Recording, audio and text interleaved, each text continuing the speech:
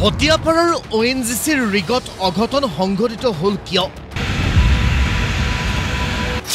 কেতিয়া আৰু কেনেকৈ নিৰন্তন হ'ব পৰিস্থিতি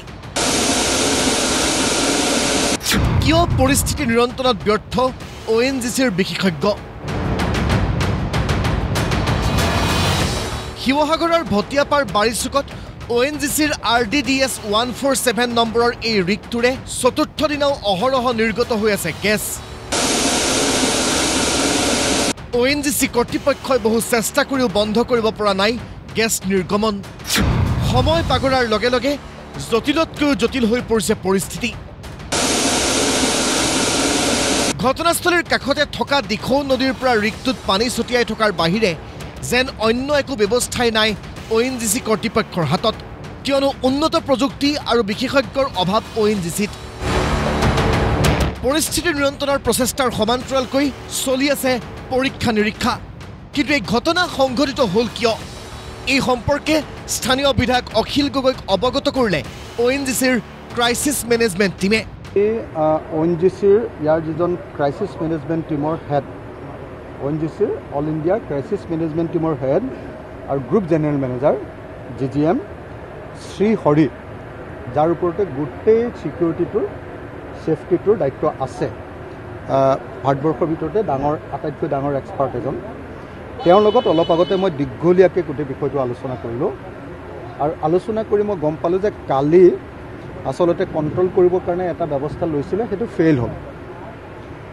সেই ফেইলটোৰ পৰা তেওঁলোকে কিছুমান ষ্টাডি কৰিব পাৰিলে তাৰ যিখিনি মেটেৰিয়েলছ বাহিৰলৈ ওলাই আহিলে ষ্টাডি কৰি এতিয়া গোটেই বস্তুখিনি ইকুইপমেণ্টখিনি তেওঁলোকে ৰেডি কৰিছে আৰু তেখেতে মোক জনাইছে যে কাইলৈ সন্ধিয়াৰ ভিতৰতহে আমি কনফাৰ্ম কৰি দিব পাৰিম যে ফাইনেল কেইদিনৰ ভিতৰত এইটো কণ্ট্ৰল হৈ যাব কৈছে যে 3 দিনমানৰ ভিতৰত হ'ব লাগে বুলি এতিয়া আন্দাজ কৰি আছোঁ এইটো আন্দাজহে অকল কিন্তু এইটো দীঘলীয়াও হৈ যাব পাৰে তেখেতৰ পৰা এটা ডাঙৰ খবৰ পালোঁ কৈছে যে এইটো আচলতে জিঅ'লজিকেল ৱণ্ডাৰ এটা ভূতাত্ত্বিক এটা মানে আশ্চৰ্য এটা যে আমি কল্পনা কৰিব নোৱাৰাকৈ এই তেলখাটটোত ONGCৰ 147 এই যিটো তেলখাট এই তেলখাটটোত গেছ আৱিষ্কাৰ হৈছে কৈছে যে এই গেছটোৰে অসমৰ 25 বছৰ চলি যাব বুলি কৈছে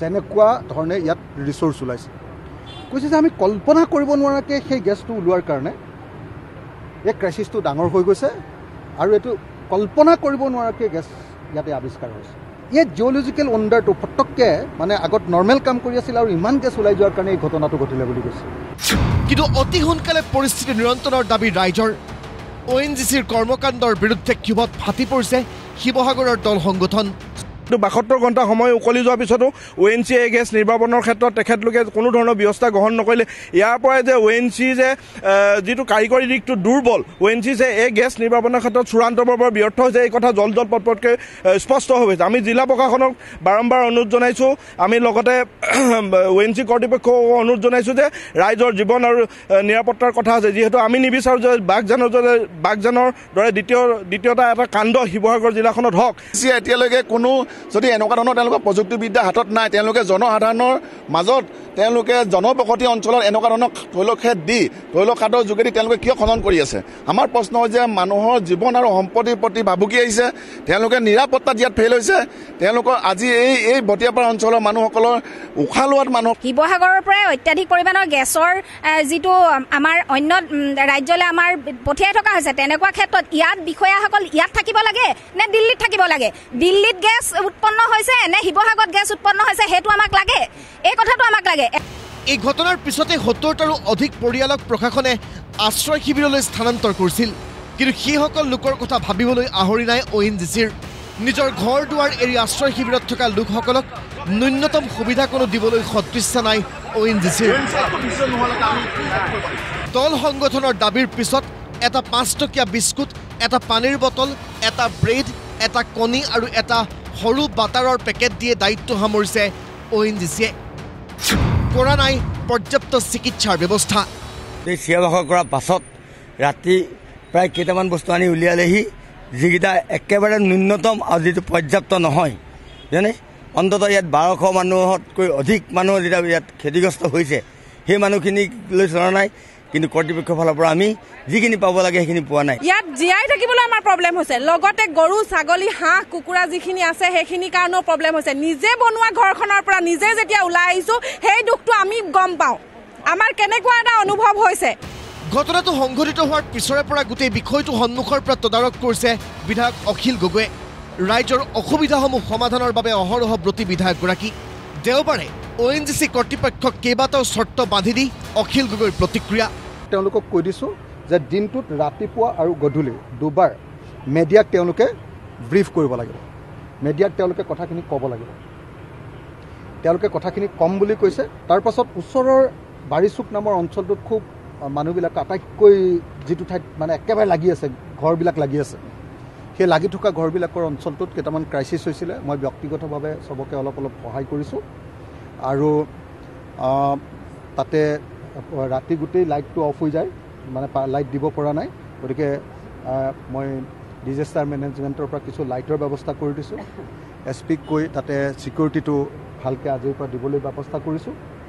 এনে আছে, তাৰোপৰি মই তাতে অলপ ভাল ব্যৱস্থা কৰি দিবলৈ দিছোঁ, আন্ধাৰ হৈ থাকে যিহেতু।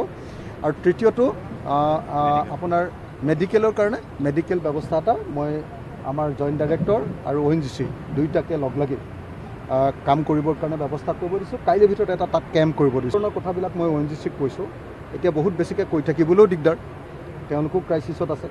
তথাপি মই কৈ দিছোঁ যে এইটো কোনোপধ্যে ৰেহাই দিয়া নহ'ব, চবেই ক্ষতিপূৰণ পাব লাগিব। কিন্তু জোৰ পৰি হাত পোৱাৰ পিছতো আত্মপক্ষ সমৰ্থনৰ চেষ্টা ONGC-ৰ। চালে বেৰে কোবোৱা কথাৰেই দায়িত্ব সামৰিব খুজিছে ONGC-য়ে। নিৰ্ধাৰিত সময় আপোনালোকক কোনেও দিব নোৱাৰে, মোক সুধিলেও মই দিব নোৱাৰোঁ। উই আৰ হোপ এজ চুন এজ পচিবল আমি যাতে ৱেলটো কণ্ট্ৰল কৰিব পাৰোঁ। আৰু তাৰ বাবে আপোনালোকক বিনম্ৰ কাকতিৰে মই কৈছোঁ, আপোনালোকে ছাপৰ্ট দিয়ক আমাক, আমি যাতে কাম কৰা সুবিধা পাওঁ।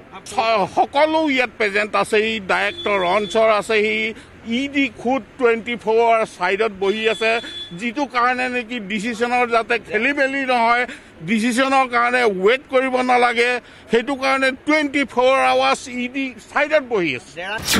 ঘটনাক লৈ চিন্তিত ৰাজ্য চৰকাৰ। পৰিস্থিতি সন্দৰ্ভত ONGC কৰ্তৃপক্ষৰে আলোচনা চৰকাৰৰ। আমি তাক লৈ চিন্তিত। মুখ্য সচিবে কথা বতৰা পাতি আছে আৰু নতুন এক্সপাৰ্টো আহিছে আৰু আমি ONGC-ৰ লগত টাচত আছোঁ। মূল কথাটো হ'ল সমস্যাটোৰ সমাধান হ'ব কেনেকৈ, কিয়নো ONGC কৰ্তৃপক্ষৰ কথা বতৰাবোৰ বৰ আশাপ্ৰদ নহয়, যাৰ বাবে চিন্তা বাঢ়িছে স্থানীয় ৰাইজৰ। সময় থাকোঁতেই ONGC কৰ্তৃপক্ষই সমাধান সূত্ৰ উলিয়াব পাৰিবনে? যদিহে পৰিস্থিতিৰ অৱনতি ঘটে তেন্তে কিন্তু বাঘজান কাণ্ডৰ পুনৰাবৃত্তি হ'বলৈ বৰ বেছি সময় নালাগিব। ভিডিঅ' জাৰ্নেলিষ্ট মুস্তাকৰ সৈতে ৰূপম বৰবৰাৰ সহযোগত মুজাক্কিৰ আহমেদৰ ৰিপৰ্ট, প্ৰতিদিন টাইম।